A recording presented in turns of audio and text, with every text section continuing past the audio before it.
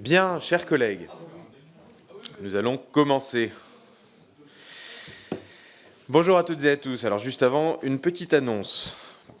Une annonce. Le président de la République envisage de renouveler Madame Laurence Bory-Bancel aux fonctions de présidente du directoire de la Compagnie nationale du Rhône. Notre commission auditionnera Madame Laurence Bory-Bancel le mardi 13 juin prochain à 18h45, conformément à l'article 13 de la Constitution. En application de l'article 29-1 du règlement, un rapporteur appartenant à un groupe d'opposition ou minoritaire doit être désigné selon l'ordre résultant du tourniquet. Adopté par le bureau de notre commission, il appartenait au groupe écologiste NUPS de désigner ce rapporteur, mais le groupe écologiste NUPS a souhaité intervertir sa position avec celle du groupe socialiste et apparenté. Je vous propose donc de nommer Madame Marie-Noëlle Battistel, membre du groupe socialiste et apparenté, comme rapporteur. Vous n'y voyez pas d'inconvénient. Marie-Noëlle Battistel est donc désignée rapporteure sur le sujet. Nous allons maintenant rentrer sur le cœur de notre session du jour. La Commission des affaires économiques examine ce matin la proposition de loi visant à régulariser le plan local d'urbanisme intercommunal de la communauté de communes du Bas-Chablais. Au préalable, je souhaite saluer les 4 magistrats participant à un stage de découverte de l'Assemblée nationale présents en mezzanine. Bonjour à vous.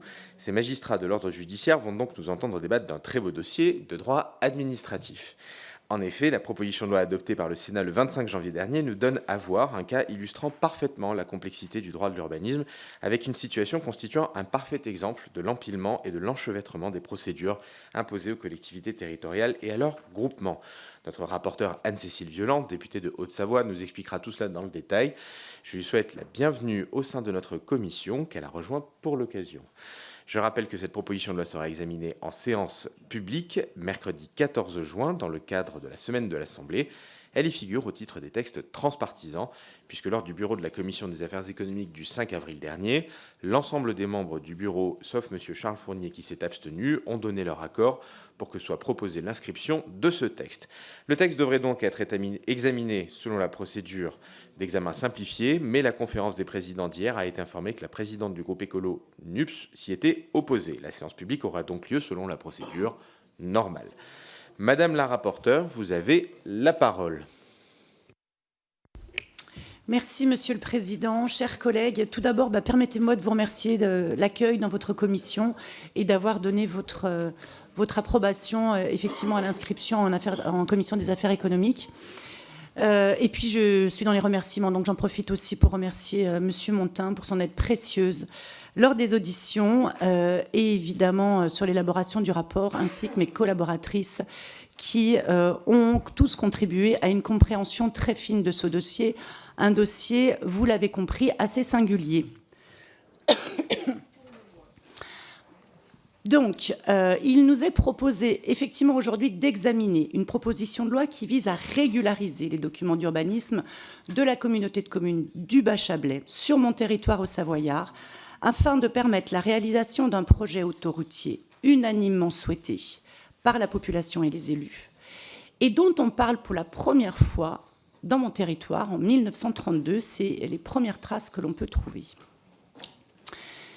Alors, peut-être avant de rentrer dans le détail de l'article unique et des procédures urbanistiques qui ont mené à cette situation, je vais vous proposer quelques points de contexte.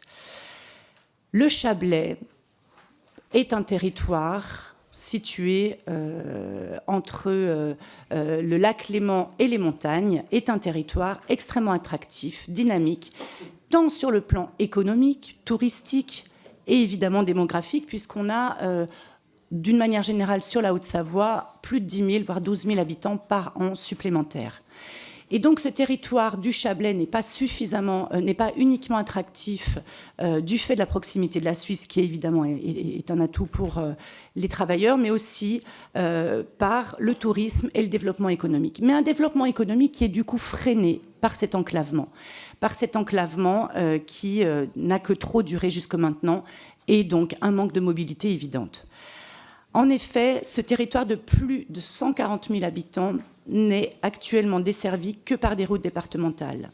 De plus, les structures ferroviaires se sont développées notamment grâce à un nouveau RER transfrontalier qui a été inauguré en 2019, donc tout à fait récent, mais ce dernier est aujourd'hui largement saturé. On envisageait 40 000, 50 000 usagers. On est déjà aujourd'hui à 70 000, donc on est déjà dans la projection d'aménagement de cette voie, où on n'a pas aujourd'hui à court ou moyen terme des possibilités d'élargissement de cette voie, et plutôt on est sur la commande de rames à double étage pour pouvoir accueillir la population qui utilise, et c'est une bonne nouvelle, cette mobilité. Aujourd'hui, il est indispensable pour nous de favoriser le développement d'infrastructures multimodales, dont la voiture reste, malheureusement, mais c'est un fait, le moyen de transport le plus adapté à nos territoires de montagne et qui est privilégié par les populations de notre territoire, même si encore on a une vraie stratégie de mobilité multimodale défendue par tous les élus, mais j'y reviendrai un petit peu plus tard.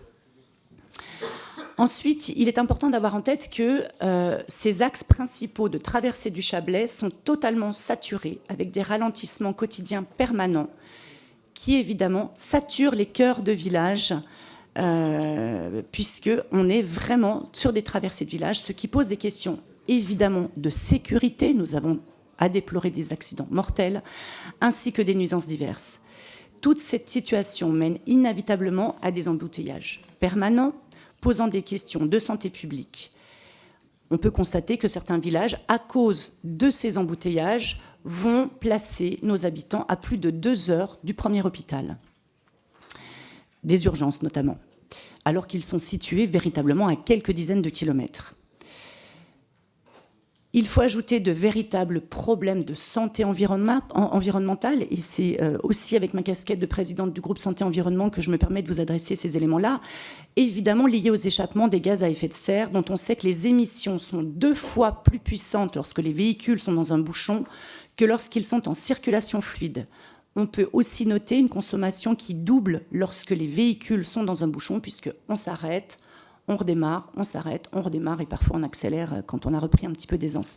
Donc des conséquences évidemment sur le plan environnemental et sur le plan, j'insiste, de la santé environnementale. Autre dommage collatéral pour les petites communes, pour échapper à ces bouchons, les automobilistes à la recherche d'alternatives s'engagent dans des petites routes, engorgent de fait des accès encore plus critiques, puisqu'ils s'engagent sur des routes parallèles. Donc voilà pour le contexte local. Un territoire très enclavé, je dirais presque par nature, puisque situé entre lac et montagne, mais s'ajoute à cette spécificité géographique un manque cruel d'infrastructures de mobilité.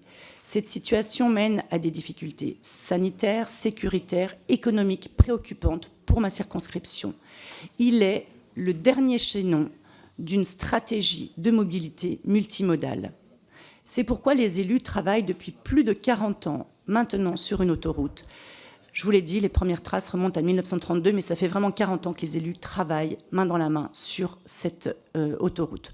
Donc une attente urgente de tous les habitants, de tout un territoire, à l'exception de quelques personnes. C'est vraiment un projet qui fédère tout le territoire du Chablais.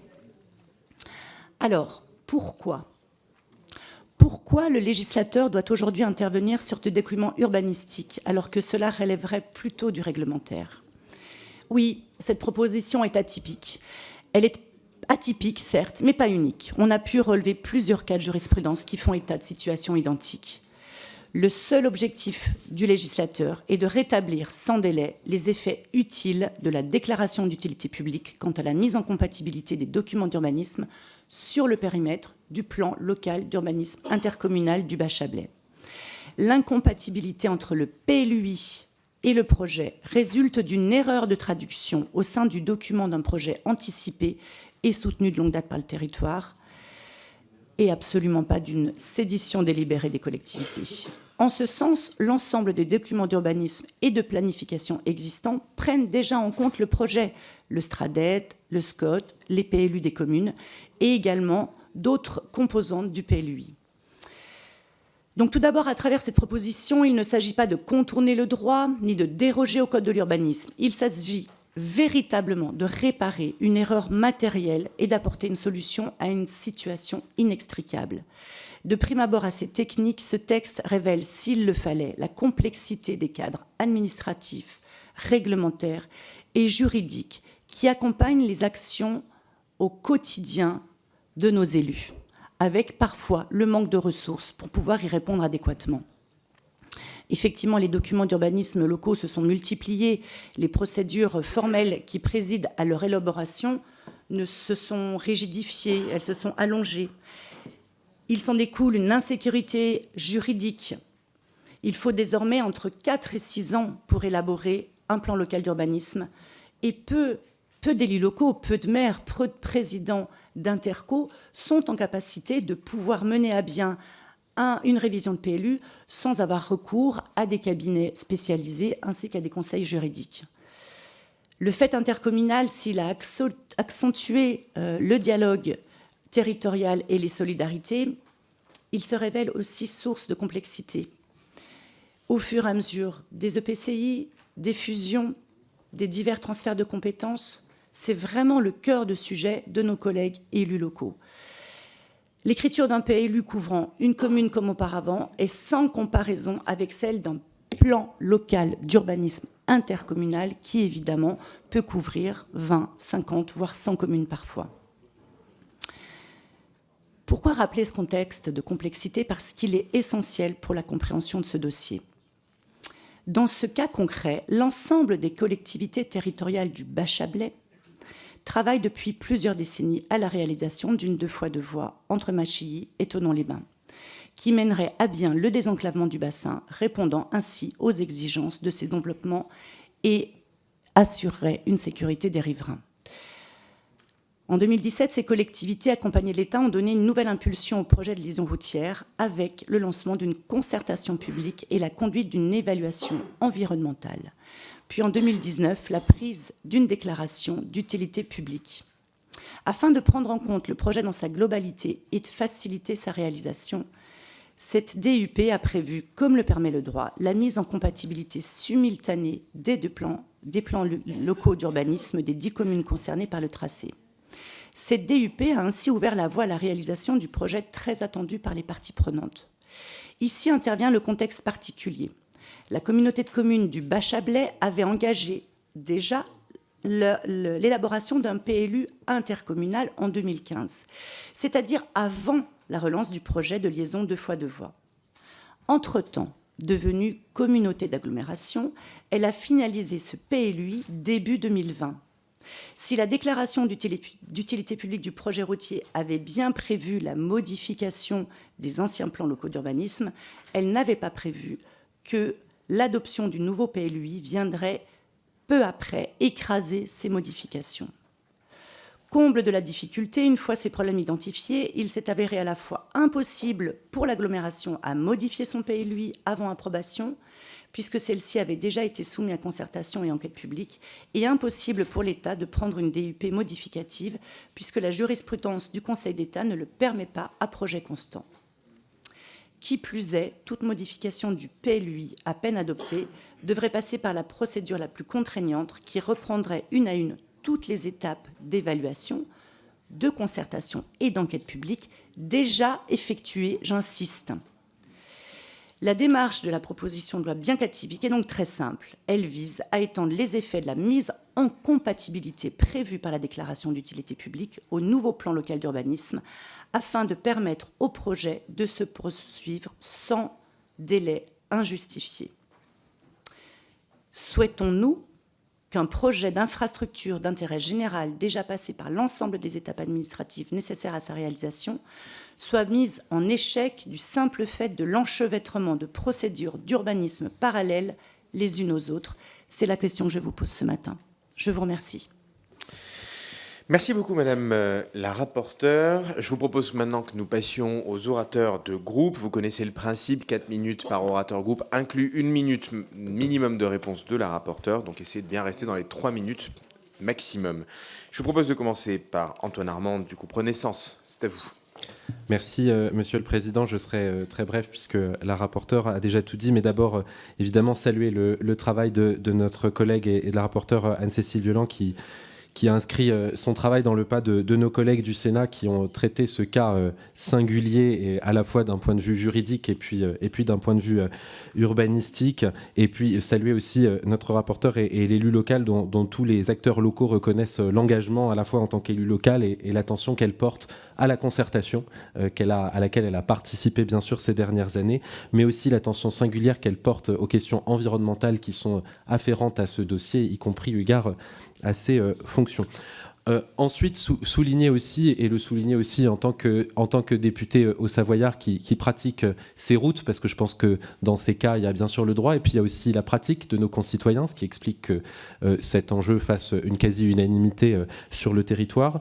Les enjeux de sécurité, les enjeux de desserte pour les services de secours, les enjeux évidemment économiques et sociaux afférents, qui expliquent, comme la rapporteure l'a rappelé, qu'il y ait eu une enquête publique qui se soit déroulée dans d'excellentes conditions, que la quasi-totalité des élus et l'ensemble des collectivités aient délibéré favorablement pour ce projet qui est en fait d'intérêt vital quand on parle d'un territoire de 150 000 habitants où, pour le dire très concrètement, vous devez traverser des zones 30 avec des dodanes, des ralentisseurs, ce qui est totalement normal, et des conséquences, la rapporteure l'a rappelé, en termes de pollution, en termes de praticabilité, en termes de dangerosité qui inquiètent les concitoyens, quelle que soit leur sensibilité politique et quel que soit leur avis sur la municipalité qui les dirige.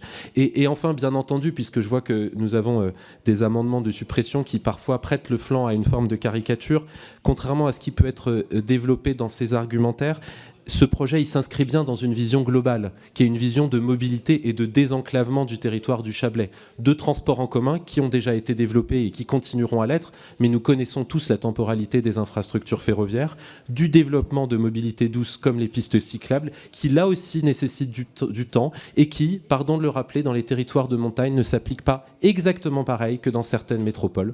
Donc je pense que c'est vraiment important de le rappeler, et c'est donc cette vision globale de la mobilité qu'il faut soutenir. Et enfin, rappeler aussi que ce n'est pas parce qu'on dit le mot route qu'il faut que certains groupes politiques sortent systématiquement leur revolver, pour paraphraser une phrase bien connue. Parce que nous avons un projet plus global d'électrification des véhicules, de décarbonation. Et donc l'idée n'est pas évidemment de carboner nos usages. L'idée est d'avoir une transition et de réduire la pollution qui est due au bûchon.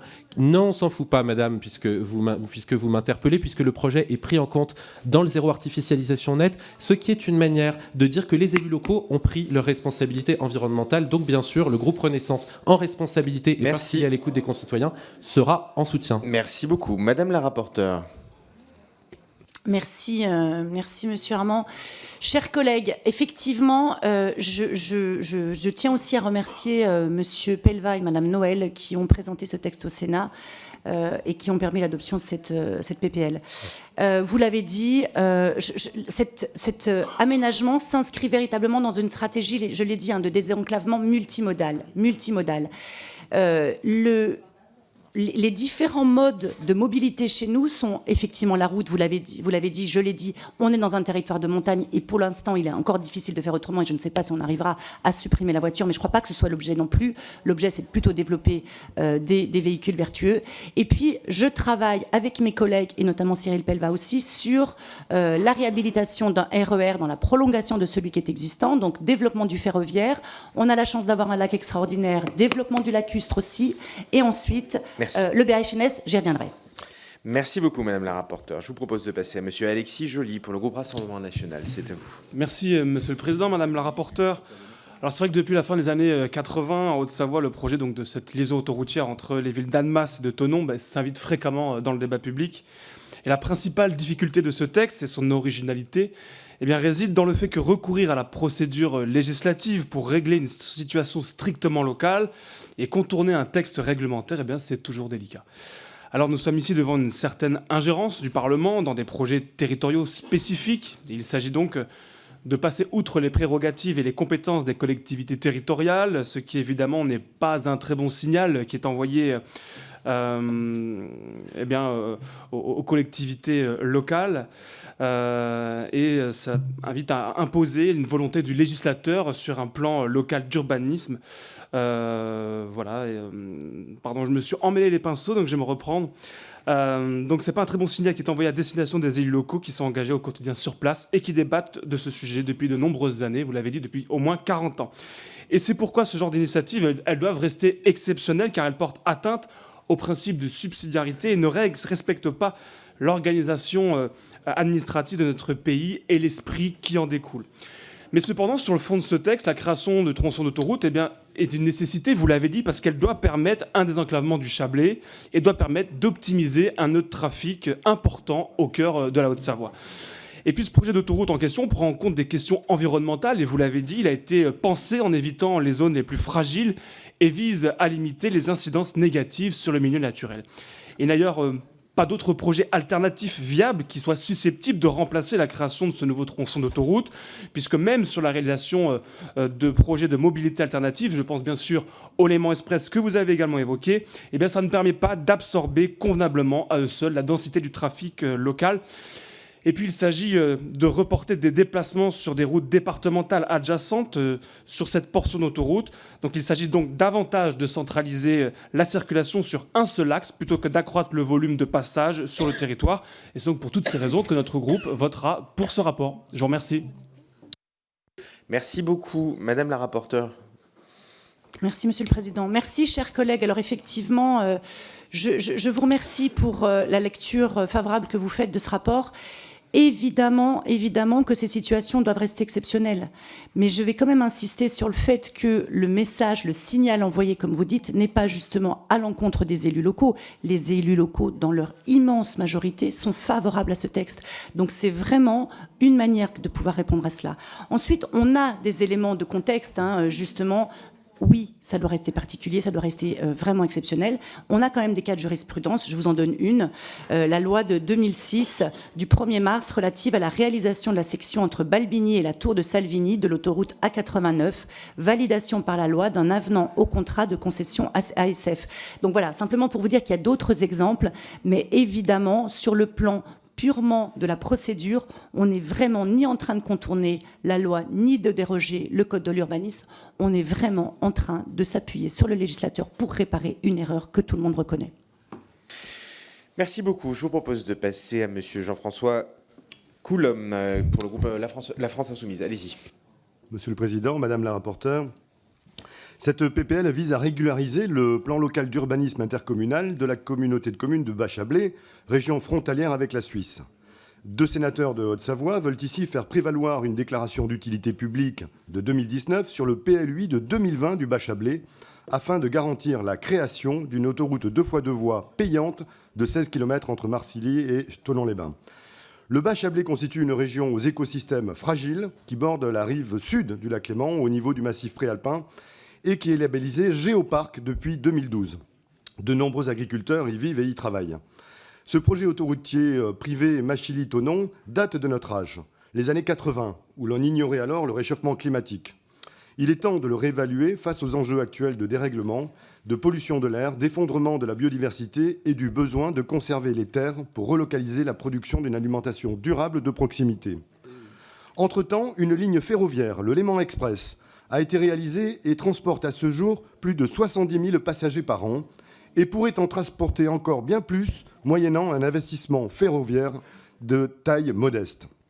Par ailleurs, que l'on soit pour ou contre ce projet, il importe de souligner que le but de cette proposition de loi est de permettre la construction de cette autoroute sans faire d'évaluation environnementale complémentaire pour la modification du PLUI. Donc sans étudier les impacts qu'aura ce projet sur l'équilibre général du PLUI et sans permettre aux citoyens de s'exprimer via une enquête publique sur ce nouvel équilibre. Pourtant, un projet de cette ampleur aura forcément des impacts sur l'ensemble de la circulation et plus généralement de la mobilité dans la région. Effet de déport, modification et rallongement de certains trajets qui auront eux-mêmes des effets sur la qualité de l'air notamment. Il est tout aussi légitime que les citoyens puissent s'exprimer sur ces conséquences globales.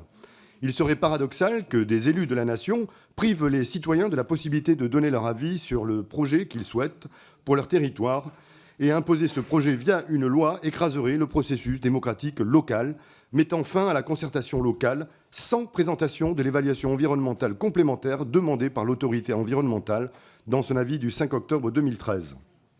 Cette DUP de 2019 aurait dû entraîner une mise en compatibilité des plans locaux d'urbanisme des 10 communes situées sur le trajet des 16 km d'autoroute. Or, le PLUI approuvé le 25 février 2020, donc postérieur à la DUP et à la mise en conformité, omet le projet autoroutier et annule donc les mises en conformité des différents PLU. Cette PPL propose une disposition dérogatoire aux procédures régies par le Code de l'urbanisme, à savoir une rectification d'un PLUI nominatif, alors même que celui-ci découle d'une compétence intercommunale. Cela met en péril le principe constitutionnel d'égalité devant la loi, la répartition de la compétence et menace la formulation d'un précédent législatif. C'est pourquoi nous invitons cette Assemblée à rejeter ce texte. Madame la rapporteure.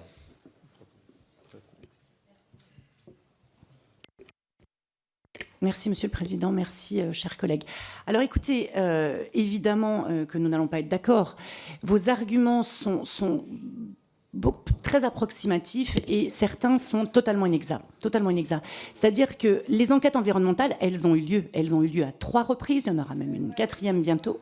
Donc, elles ont eu lieu. Ça figure dans le rapport de présentation, ça figure dans le SCOT, tout dans le PADD, tout est déjà défini. Donc on ne peut pas dire qu'on essaie de s'exempter d'une démarche et d'une procédure.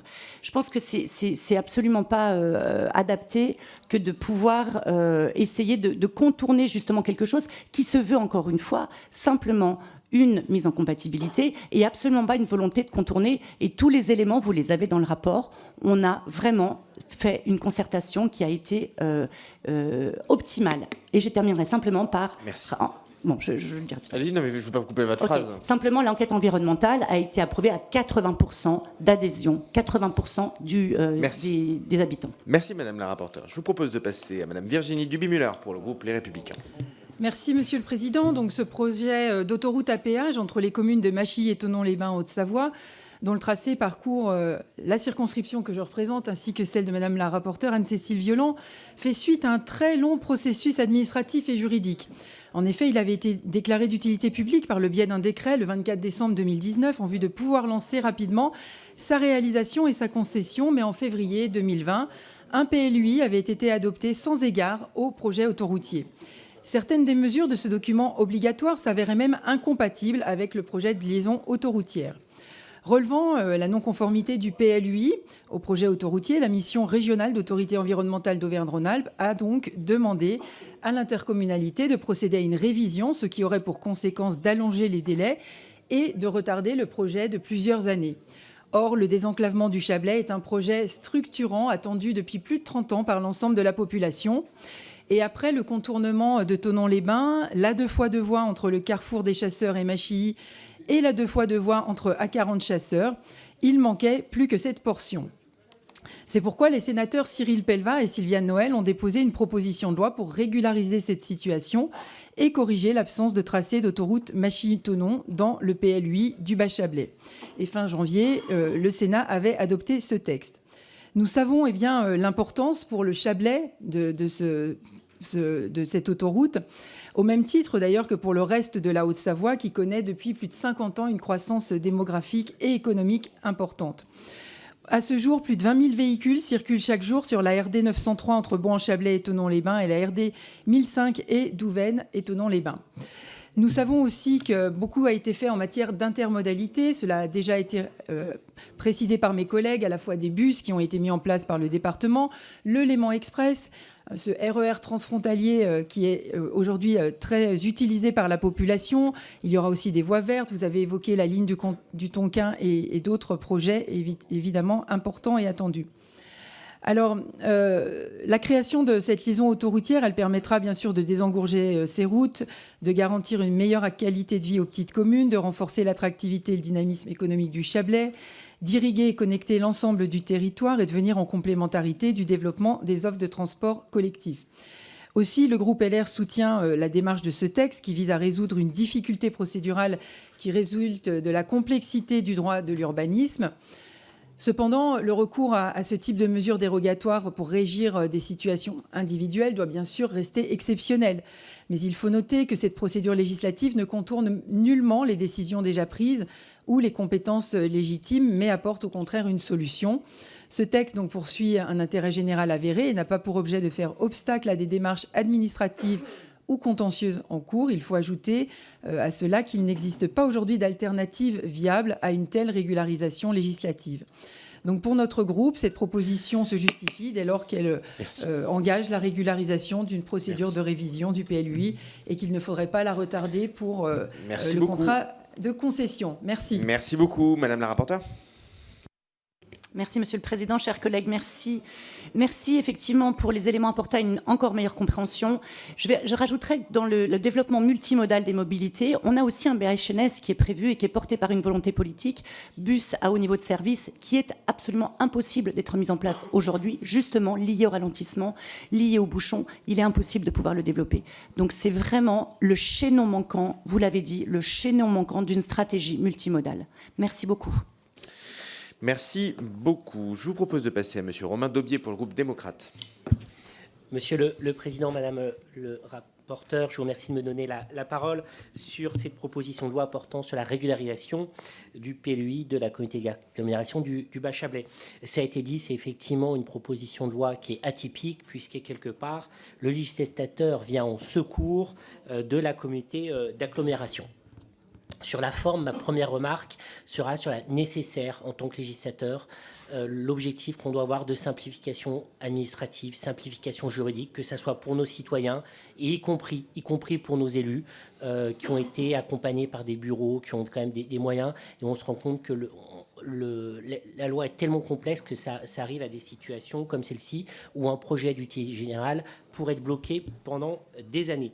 Sur le fond, je voudrais rappeler mon attachement à la liberté d'aller et venir, la liberté également de choisir comment on peut bouger, y compris en voiture, et de cette liberté dans la mobilité ou dans le choix de la multimobilité, puisqu'une voiture peut servir à rejoindre une gare du Léman Express.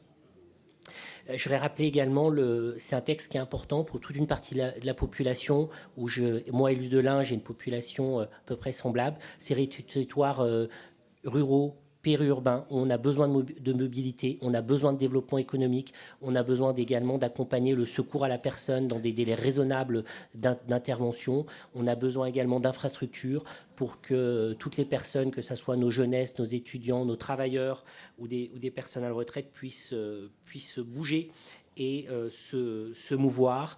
Et je retiens également de cette commission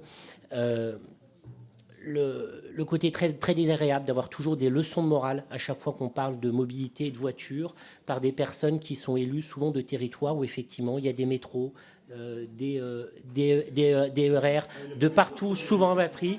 Et ce mépris de ces zones rurales et périurbaines en France est assez pénible. Et pour conclusion, le groupe démocrate sera évidemment, Madame le rapporteur, favorable à cette proposition de loi. Merci beaucoup. Madame la rapporteure, c'est à vous. Merci, Monsieur le Président. Merci, chers collègues. Effectivement, je pense qu'il est important de pouvoir souligner combien les mobilités alternatives sont difficiles à mettre en place dans certains territoires de montagne. Pour autant, il y a des efforts, je vous l'ai dit, il y a une vraie volonté politique de porter un désenclavement multimodal avec des mobilités douces. La réalité, c'est que aujourd'hui, on ne peut pas faire sans la voiture. Vous l'avez dit, et réellement, on a un besoin essentiel de cette 2 fois 2 voies. Je vous remercie. Merci beaucoup. Je vous propose de passer à Madame Marie-Noëlle Battistel pour le groupe socialiste. Merci, Monsieur le Président, Madame la rapporteure, chers collègues.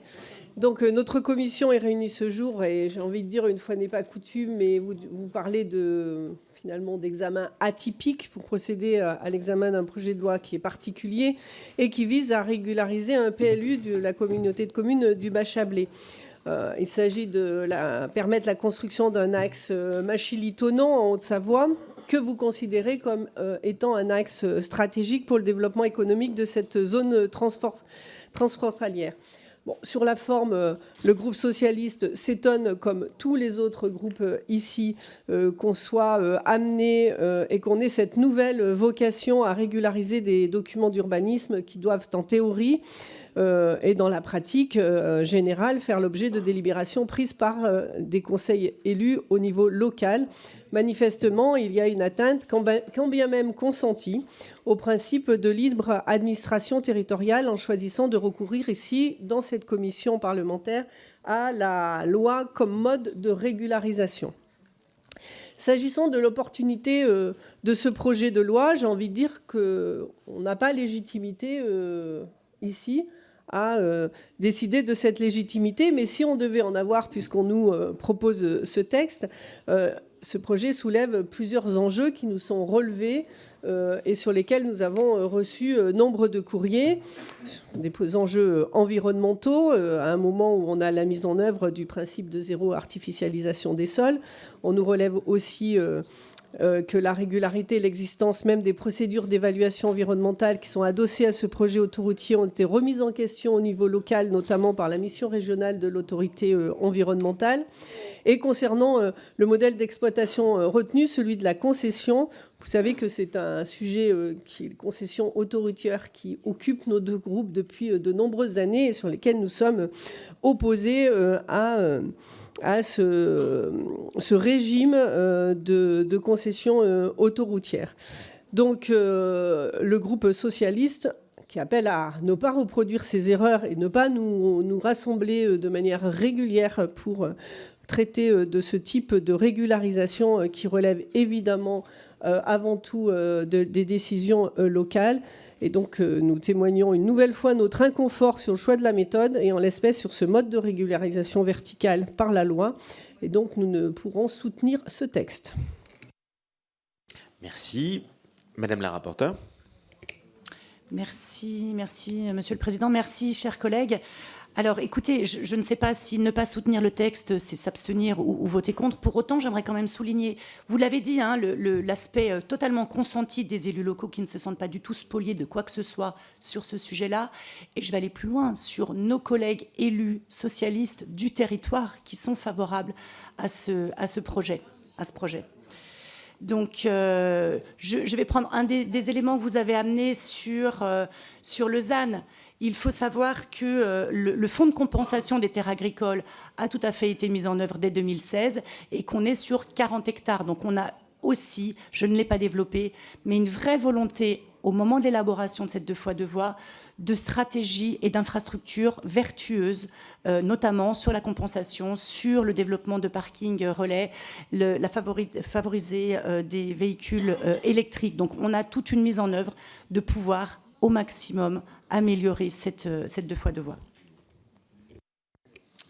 Merci beaucoup. Je vous propose de passer à Monsieur Luc Lamiraud pour le groupe Horizon. Merci Monsieur le Président, Madame la rapporteure, mes chers collègues. Mon intervention sera courte puisque je souhaite répondre simplement à la question de notre rapporteur qui nous dit est-ce qu'il faut arrêter un projet d'utilité publique pour des enchevêtrements de procédures. Et nous répondons bien sûr non. Et nous devons intervenir par la loi. Même si cette intervention doit rester inhabituelle, elle a quand même la qualité ou le mérite de répondre à la volonté des élus locaux. Et ça me semble très important que nous puissions répondre à cette volonté. Ça a été développé longuement par les différents intervenants et par la rapporteure elle-même. La concertation locale est véritable. La concertation et la volonté d'un projet qui s'intègre dans toutes les mobilités, dans l'environnement. Tout ça, c'est fait correctement. C'est fait par nos collègues locaux. Donc, nous devons le respecter et, même si c'est inhabituel, tenter de l'aider. En revanche, ça doit être un enseignement pour nous. Que nos procédures doivent peut-être évoluer pour qu'on simplifie administrativement, peut-être et également juridiquement nos différentes procédures pour que ce genre de problème ne se reproduise plus. Donc ça sera un avis favorable du groupe Horizon et un souhait que nous puissions réfléchir sur la simplification administrative et juridique de nos procédures. Merci beaucoup. Madame la rapporteure. Merci, Monsieur le Président. Merci, chers collègues. Effectivement, je pense que cet élément, il est vraiment à prendre en compte. Et c'est vraiment ce qui a permis aussi c'est ce qui m'a permis de comprendre, effectivement, la complexité de ce dossier. On a travaillé à travers les auditions et les différents documents en notre possession, vraiment la manière de comprendre comment on arrive à cette situation. Et je tiens à tout à fait confirmer ce que vous dites, c'est-à-dire qu'on est en proie à des complexités juridiques, réglementaires, législatives, administratives, qui parfois nous mettent, élus locaux, dans des difficultés inextricables, et on le voit, c'est le sujet aujourd'hui, et évidemment mettre le législateur aussi en face de certaines responsabilités, et je suis ravie qu'il y ait des futurs magistrats dans le public, justement pour pouvoir entendre ces sujets-là. Vous l'avez dit, l'adhésion d'un territoire pour un projet. Donc sur cette thématique-là, il n'y a pas de souci. Et je pense qu'il faut qu'on en tire les leçons et qu'effectivement, même s'il y a déjà des cas de jurisprudence, qu'on puisse éviter de se retrouver dans cette situation d'avoir à demander aux législateurs d'agir sur du réglementaire. Merci beaucoup. Merci beaucoup. Je vous propose de passer à Madame Julie Laërnoust du groupe écologiste. C'est à vous.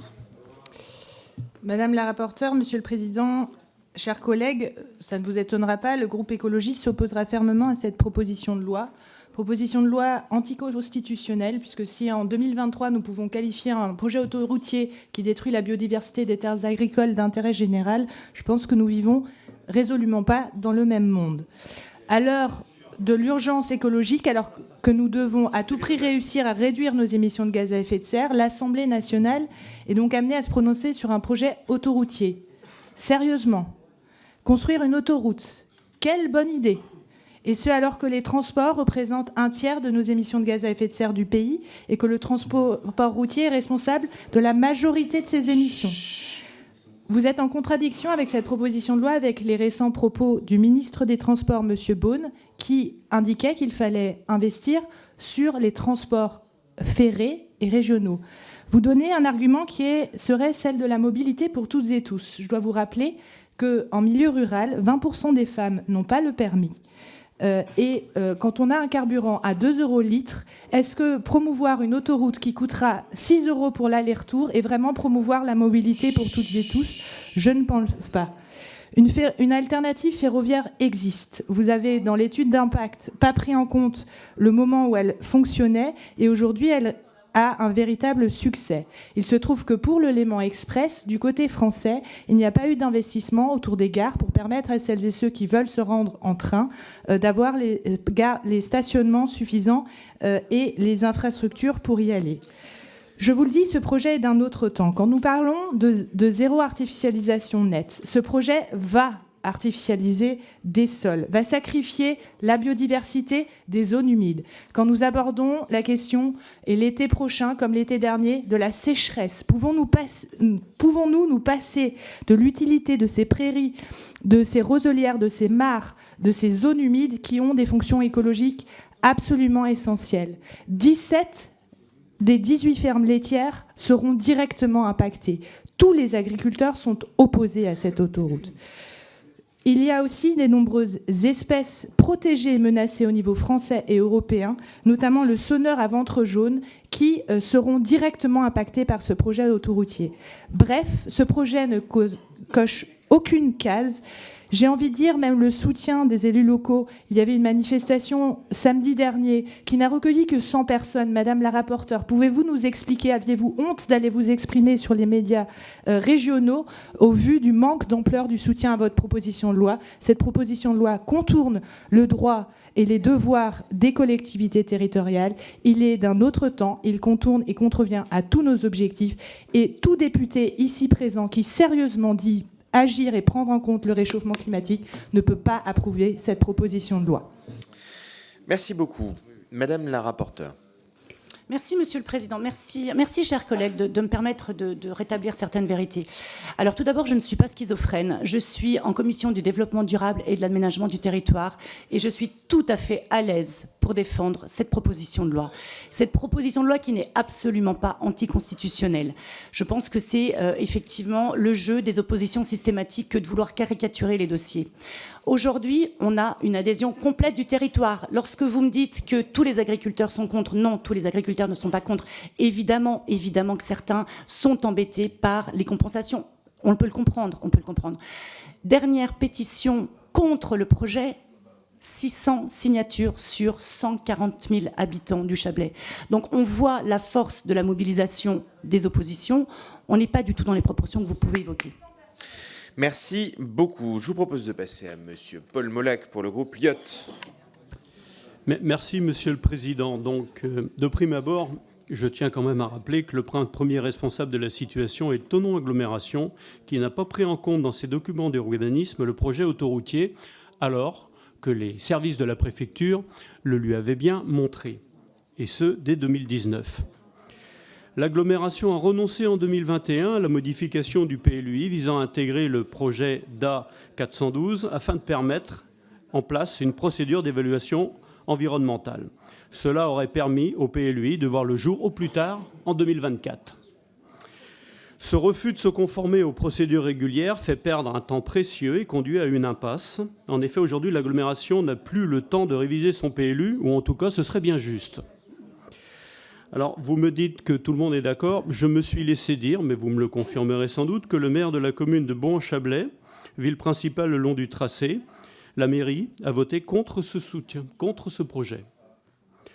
Ensuite, dans le principe, c'est quand même assez choquant de voir finalement la loi nationale, dans une logique très descendante, venir dire aux élus locaux, finalement, ben voilà, c'est nous qui décidons. Enfin, c'est pas du tout la conception que je peux avoir. Moi, je suis un autonomiste. Pour moi, les élus locaux ont des responsabilités, ils ont des compétences, ils les appliquent et ils ont à y répondre, évidemment, devant leurs électeurs. Donc là, quelque part, on vient court-circuiter tout ce cheminement en leur disant finalement, bah, c'est nous qui décidons. Bon, bah, ce projet, j'ai pas d'avis sur le projet, hein, réellement. Il est peut-être très bien. Enfin, je me suis laissé dire que c'était un peu stupide d'avoir 2 bouts d'autoroute et qui n'étaient pas reliés. Mais quand même, que les élus locaux fassent leur boulot. C'est leur responsabilité. Je veux dire, après, on avait eu le même débat à un moment donné où, dans le projet de loi de finances, on nous amène un amendement pour nous dire, voilà, les écoles de Marseille sont pas bien entretenues, donc il faut que la solidarité nationale vienne les payer. Je rêve où Marseille n'avait pas les dotations nécessaires. Ben, c'est la même chose. En fait, quelque part, l'État vient toujours, on ne donne pas le pouvoir aux élus locaux, et dans le même temps, on vient leur dire ce qu'ils ont à faire, et voire, on passe par-dessus leur tête. C'est pas ma conception des choses. Et j'aime bien que les choses soient claires et que les procédures, même si elles sont complexes, soient quand même respectées à un moment donné. Donc non, je ne peux pas être d'accord avec ce genre de choses qui... On légifère là sur quelque chose de totalement anecdotique. Alors important sans doute pour le Chablais, je ne dis pas le contraire, mais pour nous, franchement, est-ce que c'est du ressort de la loi? Est-ce que ça doit venir dans cet hémicycle pour ce genre de choses? Franchement, là, il y a quelque chose qui ne va pas. Il y a quelque chose qui ne va pas. Merci beaucoup. Madame la rapporteure. Merci, Monsieur le Président. Merci, chers collègues. Il y a quelque chose qui ne va pas, effectivement, et on est extrêmement loin de l'anecdotique. Tout d'abord, moi, je ne me permettrai pas de m'ériger en juge de cette situation, à savoir qui sont les coupables, qui sont les responsables. On peut passer du temps là-dessus, on n'arrivera pas forcément à des réponses. Je veux, à travers cela, saluer le professionnalisme des services de Thonon Agglomération, des communes aussi qui ont été associées évidemment à ce PLUI, et puis les services de l'État. Parce qu'en fait, il faut considérer qu'on est dans une situation bien singulière à ce moment-là, de première communauté de communes qui fait un PLUI, qui ensuite est fusionné avec Thonon Agglomération, et on rebat toutes les cartes. Donc contexte politique compliqué, contexte administratif chargé, et encore une fois, une réglementation qui vient brouiller un petit peu les cartes. Donc vraiment, je salue les agents qui ont travaillé sur ces dossiers-là, parce que c'était pas évident. Et puis, je rappelle qu'on parle de 16 km de ce chaînon manquant. On est vraiment sur vous l'avez dit, le chaînon manquant entre 2 bouts d'autoroute. Merci beaucoup. On a terminé avec les orateurs de groupe. Je vais vous proposer les interventions individuelles, puis après on va passer aux amendements. J'ai à ce stade Monsieur Delépino et Monsieur Vigier qui sont inscrits. S'il y a d'autres personnes qui souhaitent s'exprimer, dites-le et on vous note. On commence par Monsieur... Alors donc c'est toutes les questions, 1 minute chacune, et puis à la toute fin, Madame la rapporteure, vous répondez. Monsieur Delépino, Rassemblement national, allez-y. Merci Monsieur le Président, Madame la rapporteure. Tout d'abord, vous nous confirmerez que la question que vous nous posez aujourd'hui a bien été évoquée dans votre commission aménagement du territoire et développement durable, parce qu'à un moment, je me suis étonné que notre commission des affaires éco soit saisie de ce sujet. Alors, Sur la question des commissions, elle a rappelé qu'elle était traditionnellement membre de la commission développement durable, aménagement du territoire. C'est ça, hein, ce que vous avez vu dire, Madame la rapporteure. Elle est aujourd'hui en commission éco, membre de la commission éco, rapporteur pour la commission éco. Et il se trouve que les questions de logement et d'urbanisme sont bien définies dans le règlement comme étant de la compétence de la Coméco. Donc c'est pour ça que le texte nous est attribué, nous est renvoyé. Ça n'est pas une passion personnelle, Monsieur Delpino, non, mais vis-à-vis du PLUI, du Blach-Chablais. C'est que les questions de logement et d'urbanisme sont toujours transférées. Mais vous voyez, Monsieur le Président, je pense que ma question a éclairé la lanterne de nombreuses personnes dans la salle, puisque c'était vraiment pas naturel que d'avoir une autoroute dans notre commission, alors que le développement du territoire... Comme le sujet, c'est un PLUI, PLUI, sujet d'urbanisme, et donc la séance a jugé bon de renvoyer le texte vers nous, et donc ça a été fait conformément au règlement. Voilà, j'espère que du coup ça a clarifié les choses, mais du coup je vous ai cassé votre minute. Donc, non, donc c'était ça la question ? Non, j'ai juste une question. Elle est très simple. Est-ce que vous pensez qu'on pourrait transposer votre démarche sur la zone d'Orange, puisque nous avons un échangeur entre l'A9 et l'A7 qui n'est toujours pas sorti des cartons, et je vous promets qu'en termes d'urbanisme, ce serait très utile enfin de l'avoir. Je vous remercie. Voilà, Madame la rapporteure, votre avis sur... Pardon, pas encore, on va prendre toutes les questions individuelles, excusez-moi. On va continuer avec Monsieur René Pilato pour le groupe LFI. Merci, Monsieur le Président, Madame la rapporteure. Vous avez une illustration à l'instant de ce qui risque de se produire si on accepte de traiter de ce texte. On va créer un précédent. Donc, moi-même, en Charente, on a besoin d'un échangeur près de l'hôpital. Vous voyez, et à partir de là, on met le doigt dans quelque chose qui, à mon sens, ne va pas. On comprend que les personnes ont omis de mettre l'étude au moment de 2020, là, et quelque part, on vient combler, comme l'a dit le collègue, je ne juge pas les gens, je ne dis pas que c'est de l'incompétence, mais on n'est pas là pour rattraper, je dirais, les bêtises, les fautes, les oublis des collègues et des élus locaux. Et l'exemple de l'échangeur d'Orange, de l'échangeur d'Angoulême, tout ce que vous voulez, on met le doigt dans une jurisprudence qui n'a pas lieu et qui n'a pas sa place à l'Assemblée nationale, me semble-t-il. Voilà ce que je voulais dire. Bien, nous continuons avec Monsieur Vigier pour le groupe LR. Oui, merci Monsieur le Président. Madame la rapporteure, cette proposition de loi répond aux besoins d'un territoire enclavé et oublié du réseau routier national. Et je le dis haut et fort, nous avons le devoir de désenclaver les territoires ruraux, les territoires de montagne, tout simplement pour renforcer leur attractivité. Vous l'avez dit, ce projet structurant bénéficie d'ailleurs d'un soutien massif de la population, des élus locaux, notamment en faveur de ses impacts économiques et environnementaux. Nous devons être solidaires avec ce territoire et soutenir ce texte. En effet, en tant qu'élu de montagne, je sais réellement, pour y habiter, ce que signifie l'enclavement et ses conséquences pour ses habitants en termes tout simplement de mobilité.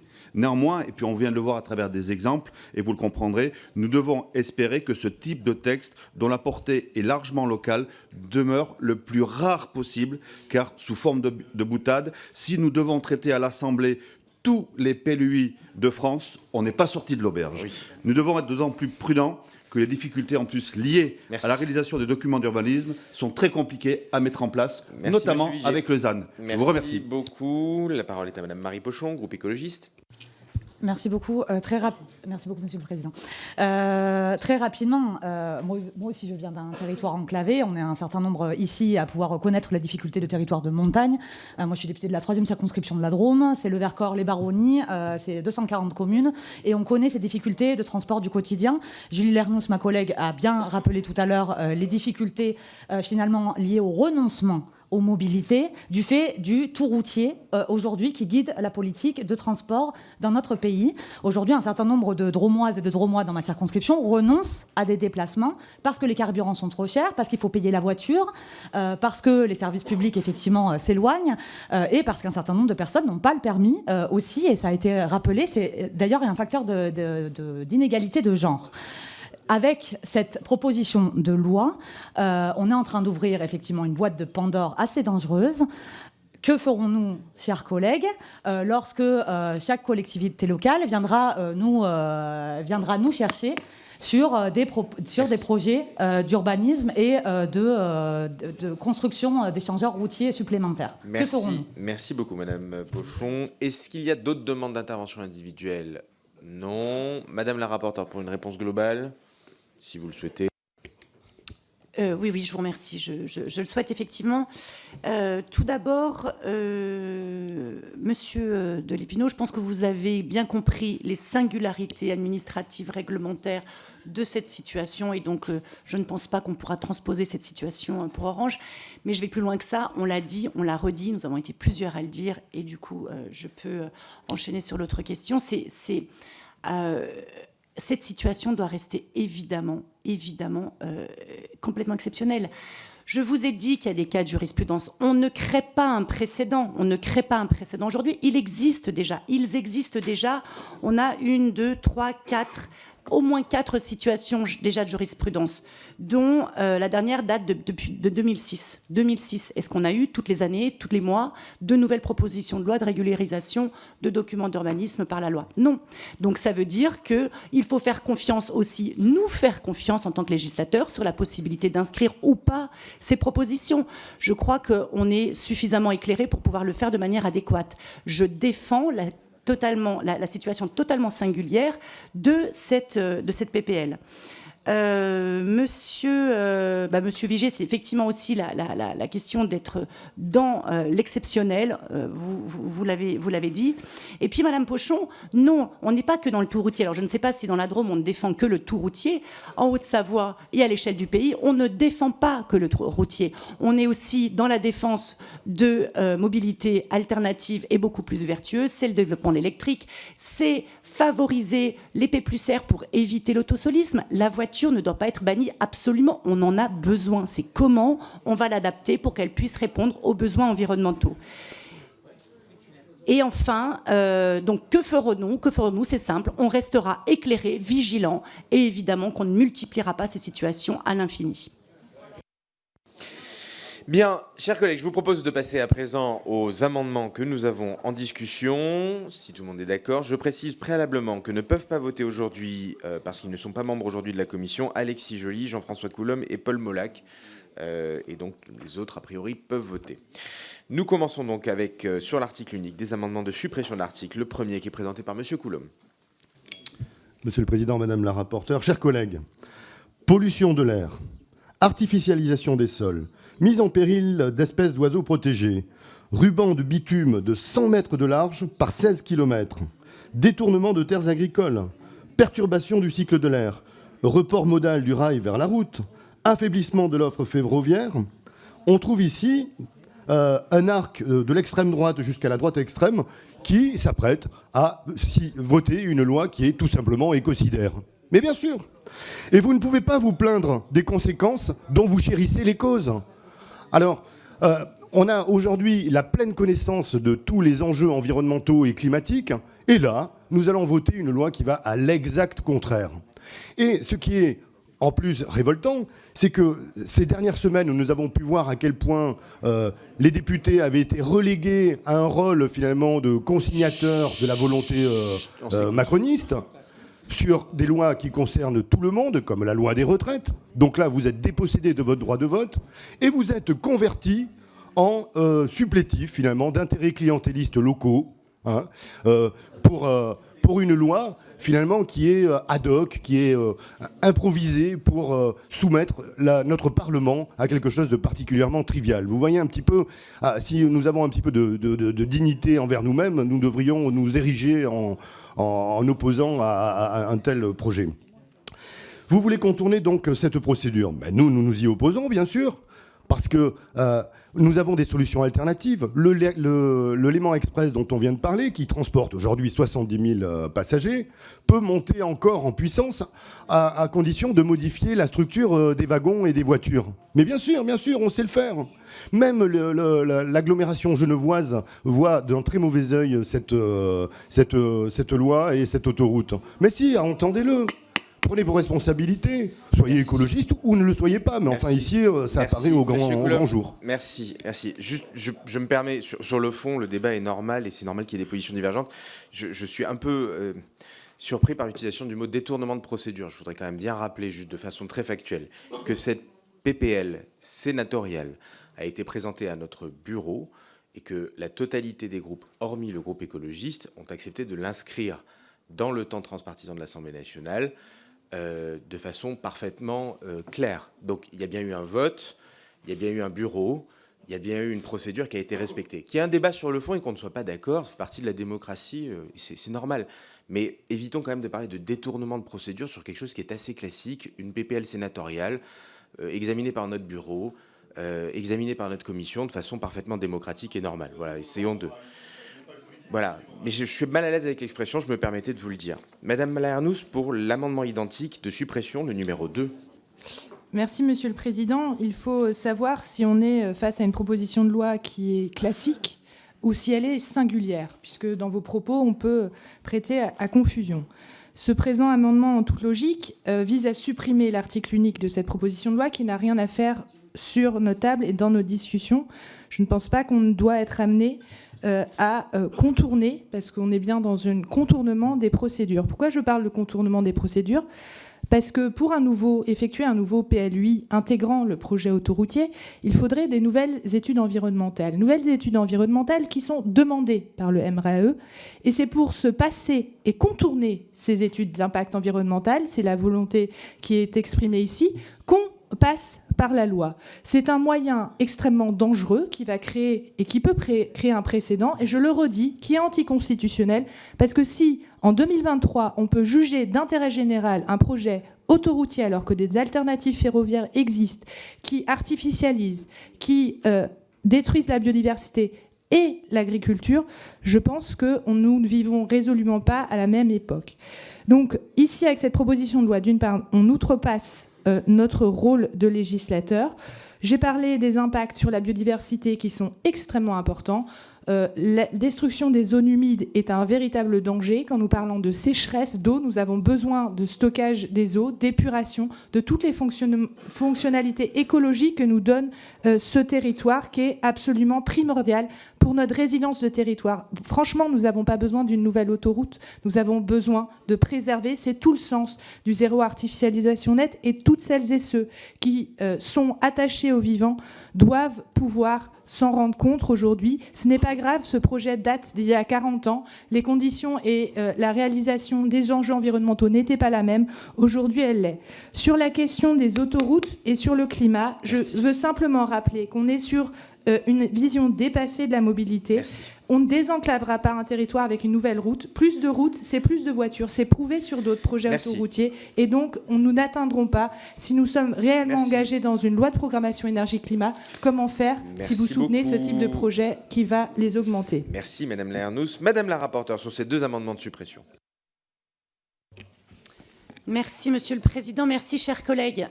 Évidemment, je serai défavorable à ces deux amendements. Moi, j'ai le sentiment que vous refaites l'histoire. Vous refaites l'histoire. Alors, peut-être une première raison, avez-vous lu le rapport dans son intégralité ? Je ne suis pas sûre. Je ne suis pas sûre, parce que je note quand même une méconnaissance du dossier, notamment sur les questions d'études environnementales. Le rapport d'impact, d'études d'impact, 600 pages, produit par le ministère de la Transition écologique, est tout à fait formel. Les études ont été faites. Donc, quand vous dites c'est une manière de détourner, de contourner, je ne sais plus, la réglementation et la demande du MRAE, non, c'est pas du tout une manière de le contourner. C'est vraiment une manière de pouvoir répondre d'une manière la plus simple, la plus pertinente. Il n'y a pas d'alternative. Vous dites suppression de ces enquêtes environnementales. Nous avons eu une concertation publique sous l'égide de la CDNP en 2016. Première évaluation environnementale dans le cadre de la DUP 2019. Deuxième évaluation environnementale dans le cadre de la révision du SCOT 2018. Troisième évaluation environnementale 2019 dans le cadre du PLUI. Et vous savez très bien qu'à partir du moment où il y aura une attribution du concessionnaire, il y aura de nouveau une étude environnementale. Donc c'est totalement fallacieux que de dire qu'on essaye d'éviter cela. J'insiste vraiment, ce sont des arguments que je ne peux pas entendre et que je ne peux pas laisser passer. Ensuite, on peut refaire, encore une fois, toute l'histoire. On peut refaire le procès sous l'angle écologiste. Je vous ai dit à quel point on était sur un accès totalement réglementaire et non pas sur le fond. Cette autoroute, vous dites, elle n'a pas besoin d'exister. Venez chez moi. Peut-être que c'est différent de chez vous, mais venez chez moi et voyez à quel point on ne peut pas faire autrement. Ce n'est pas possible. Enfin, je terminerai sur le ZAN. Évidemment, le ZAN, le texte à l'étude la semaine prochaine. Et vous savez très bien que je peux y être sensible aussi et qu'il n'y a pas de contradiction pour moi à partir du moment où on est, encore une fois, dans le règlement, dans la solution à une erreur matérielle. Je vous remercie. Merci beaucoup. Alors, traditionnellement, on fait un pour, un contre, mais il se trouve que j'ai beaucoup de mains levées. Comme on n'a pas beaucoup d'amendements, ce que je vous propose, c'est une intervention par groupe pour aller au-delà un pour, un contre. On commence par monsieur Antoine Armand. Merci, Monsieur le Président. Je serai très bref.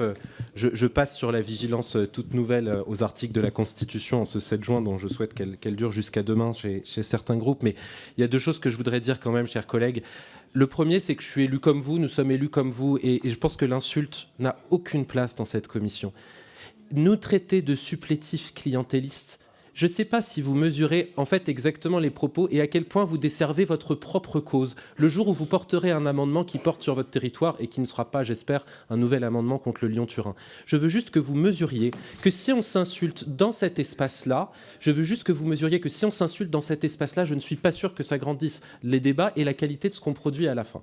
Et la deuxième chose que je voudrais quand même noter, c'est qu'il se trouve que vous êtes aussi opposé au Lyon-Turin, qui est un projet ferroviaire qui touche aussi votre territoire et dont je salue l'annonce du ministre des Transports hier pour moderniser la ligne existante, réfléchir à de nouveaux accès et donc décarboner, passer de la route au rail. Mais je dis juste à un moment qu'il va falloir avoir de bons mollets si on n'utilise ni la route ni le rail.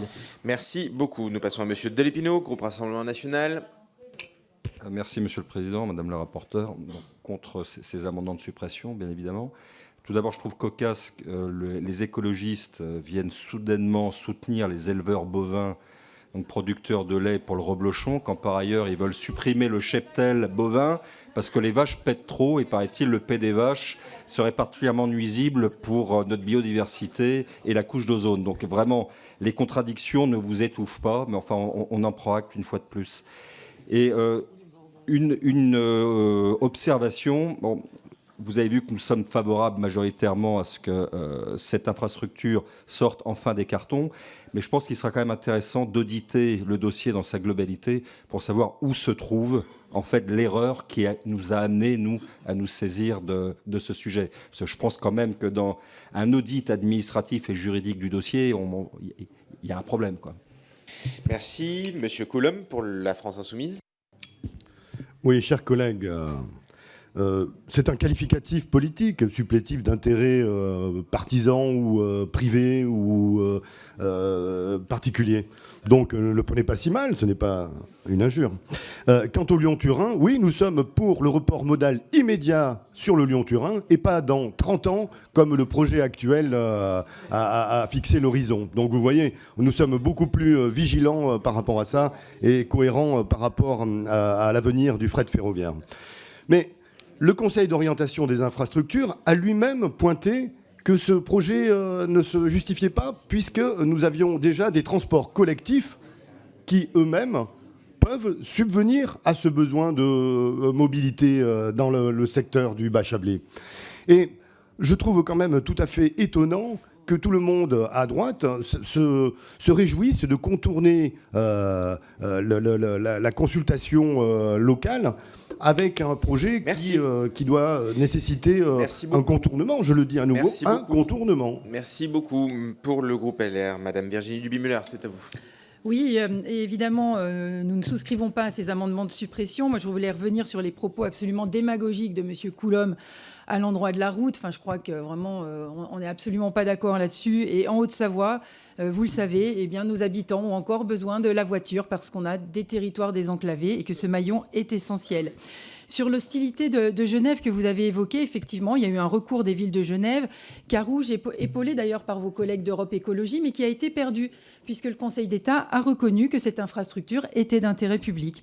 Et puis, pour terminer, ce tracé, eh bien, il a été décidé, suite à de nombreuses études d'impact qui ont été menées, pour qu'il impacte le moins possible l'environnement. Et aujourd'hui, le meilleur compromis a été trouvé, puisqu'il s'écarte des zones habitées, il reste en lisière du massif des Plans-Bois pour épargner la forêt, il évite au maximum les emprises sur les domaines agricoles très présents sur ce territoire et les zones naturelles humides et ruisseaux sensibles. Et enfin, il évite les grands marais de Margencel qui figurent au réseau Natura 2000. Merci beaucoup. Pour le groupe Modem, Romain Daubier. Oui, pour le groupe démocrate, merci Monsieur le Président. Je voulais remercier mon collègue Coulombe pour la caricature. On a passé un bon moment. Ça m'a fait sourire. Je pourrais en rester là, mais je pense qu'on a quand même un certain nombre de sujets sérieux il faut venir en soutien d'un territoire pour son développement qu'on a besoin. Et mon regret, c'est peut-être que les électeurs de la 4e circonscription de Savoie n'aient pas découvert les talents et les compétences de notre collègue Coulombe, comme il a pu faire la démonstration ce matin avant le deuxième tour des élections législatives l'an dernier. Merci beaucoup. Pour le groupe socialiste, Monsieur Naillet, pas d'intervention ?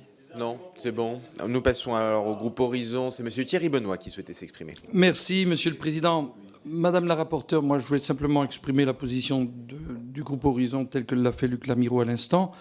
On va soutenir cette proposition. Alors moi, je suis naturellement sensible à la question et aux arguments qui sont mis en avant par le groupe écologiste sur la question de l'artificialisation, de la préservation des zones humides, de la ressource en eau, les questions donc des transports alternatifs, que ce soit pour les habitants ou que ce soit pour les marchandises. Mais ce qu'il faut bien noter dans ce débat, on a le même débat partout en France. On voit bien qu'à l'heure actuelle, en 2023, et c'est logique, quand on parle d'infrastructures routières, on est à contretemps. C'est certain. Mais reconnaissons collectivement que dans notre territoire, qu'il soit métropolitain ou ultramarin, il reste quelques territoires, souvent ce sont des villes moyennes ou des territoires ruraux, qui n'ont pas totalement achevé leur désenclavement. Par contre, les métropoles, elles, se sont servies en foncier, que ce soit du point de vue des infrastructures, que ce soit du point de vue de l'urbanisme commercial, que ce soit des questions du point de vue de l'urbanisme habitat. Elles se sont servies et aujourd'hui, je pense qu'il est bon que le législateur vienne en recours en appui des élus territoriaux. Merci beaucoup. Pour le groupe écologiste, j'ai Madame Julie Larnous, c'est à vous. Je voulais simplement revenir sur les propos erronés de Madame la rapporteure en termes de droit environnemental. Puisque dans le cadre de l'enquête publique sur le projet de PLUI, la mission régionale d'autorité environnementale avait alerté la collectivité dès 2019, l'invitant à prendre en compte l'importante consommation d'espace des projets structurants de mobilité à venir, ce qu'elle n'a pas fait et ce qui n'a pas été fait. Pour corriger le tir, l'agglomération a adressé en 2021 une demande de modification du PLUI à l'autorité environnementale. C'est là que le couperet tombe. L'AMRAE juge que l'inscription du faisceau autoroutier est susceptible d'impacts notables négatifs sur les continuités écologiques, les milieux naturels, la biodiversité, le paysage, l'air et le taux d'imperméabilisation des sols. Et qu'il y a une absence de réduction suffisante des incidences de l'environnement et de la santé qui n'est pas démontrée. Elle impose par conséquent la réalisation d'une évaluation environnementale à l'échelle de PLUI, une demande qui est réitérée quelques mois plus tard. Non seulement, en fait, pour la collectivité, l'enjeu de soumettre à une nouvelle évaluation est double. Non seulement la mise en œuvre des travaux prendrait du retard, mais les conclusions de l'évaluation pourraient remettre en cause l'équilibre même du projet. Le coût estimé 200 millions d'euros selon CNDP. Merci. Si on prend réellement les impacts environnementaux, elle coûterait beaucoup plus cher. Merci de beaucoup. quoi remettre en cause un projet d'un autre temps, effectivement. Merci beaucoup. Je crois que tous les orateurs de groupe ont pu s'exprimer. Madame la rapporteure, pour conclure, et puis on vote. Merci, Monsieur le Président. Merci, chers collègues. Je crois qu'il est clair pour tout le monde que si on devait aujourd'hui ouvrir un dossier d'autoroute, nous n'y serions pas favorables. Aujourd'hui, il ne s'agit pas de ça. Aujourd'hui, j'insiste vraiment là-dessus. Non, j'insiste parce qu'on est vraiment sur du réglementaire. Je dis cela parce que vous dites on est sur un projet d'un autre temps. Non, on n'est pas sur un projet d'un autre temps. On est sur un projet d'une nécessité de désenclavement. Je ne vais pas reprendre toutes les participations, mais ce que je tiens vraiment à dire, c'est qu'on a plusieurs éléments qui nous font évidemment être ici aujourd'hui. Vous dites, Monsieur Delépinot, pourquoi, qui a la responsabilité ? On n'ira pas sur ce niveau-là. Je crois que ce qui est important, c'est de dire, à la lumière des auditions qu'on a pu faire, c'est effectivement, nous sommes face à une situation vraiment complexe, extrêmement complexe sur le plan réglementaire, sur le plan juridique, sur le plan législatif. Et que chacun, à un moment donné, est de bonne foi. J'ai salué le travail des services respectifs de chacun parce que je crois que chacun était de bonne foi et a cru bien faire. Pour autant, aujourd'hui, il n'y a jamais eu d'intention manifeste de détourner véritablement des enquêtes environnementales. On a déjà ces enquêtes qui sont dans le rapport de présentation, dans le PADD. Ensuite, vous m'avez lu factuellement les choses, mais effectivement, il est peu probable que les choses changeraient aujourd'hui. Et de toute façon, je vous ai dit, il y aura une enquête environnementale à partir du moment où le concessionnaire sera attribué. Donc, ce sera toujours possible de faire une enquête environnementale, et non seulement possible, mais ce sera fait. Et enfin, je termine sur les recours qui ont été évidemment totalement purgés aujourd'hui.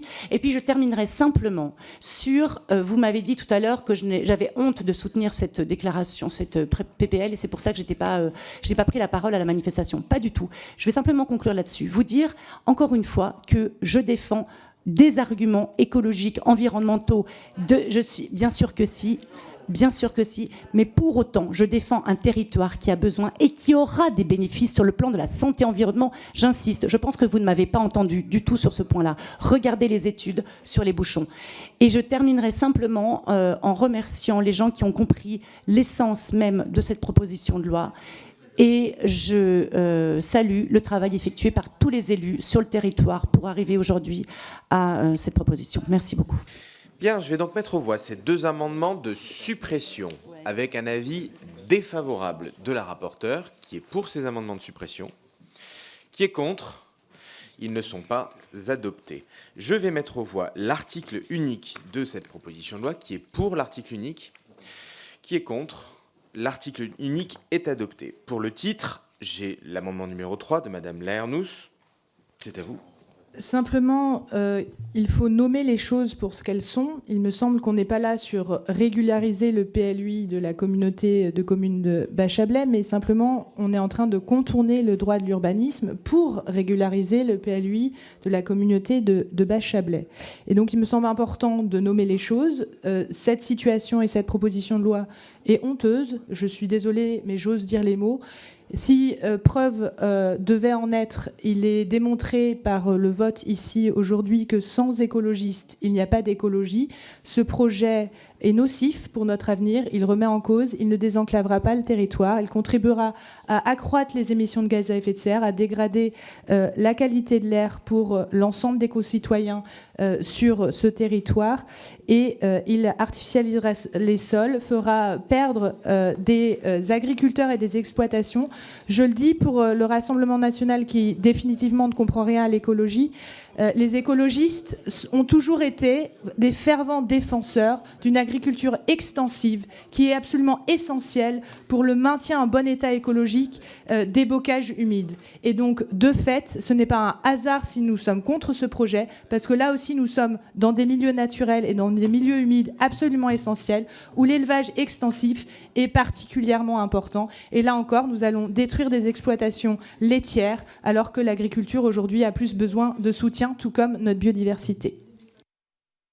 Merci. Madame la rapporteure, votre avis sur cet amendement sur le titre ?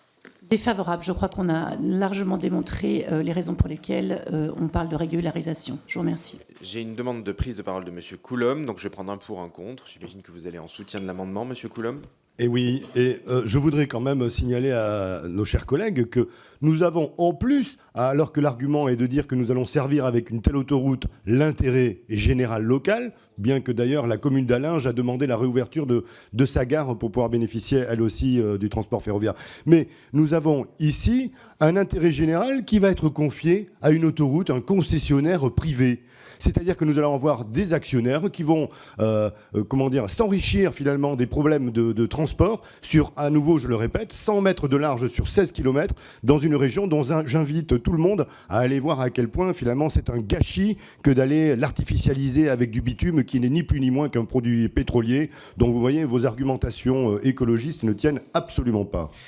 Très bien. Pour porter la contradiction, Monsieur Armand. Non, mais merci Monsieur le Président. Simplement pour redire que les études environnementales sont suffisamment riches pour ne pas souffrir de ces caricatures et que quand on parle de zéro artificialisation, c'est bien de zéro artificialisation nette. Et je pense qu'on peut être assez cohérent pour se dire que lorsque les collectivités font le choix d'inclure dans le zéro artificialisation nette un tel projet, c'est en conscience et en responsabilité. Et ça devrait quand même, chers collègues, vous interroger que l'ensemble des collectivités élues au suffrage universel direct portent ce projet. Ça devrait juste vous interroger de ce point de vue social. Je vous remercie. Je vais donc passer au vote sur cet amendement de titre ayant reçu un avis défavorable de Madame la rapporteure. Qui est pour? Qui est contre? Il n'est pas adopté. Donc je vais mettre aux voix la totalité. Non, parce que l'article unique a été adopté. Donc je n'ai pas besoin de remettre aux voix à nouveau la nouvelle proposition. Bien. Eh bien, l'article unique ayant été adopté, en conséquence, la proposition de loi est adoptée. Merci Madame la rapporteure. Merci chers collègues. Cet après-midi, 16h15, audition de Marc Fesneau, ministre de l'Agriculture et de la Souveraineté alimentaire. À tout à l'heure, chers collègues.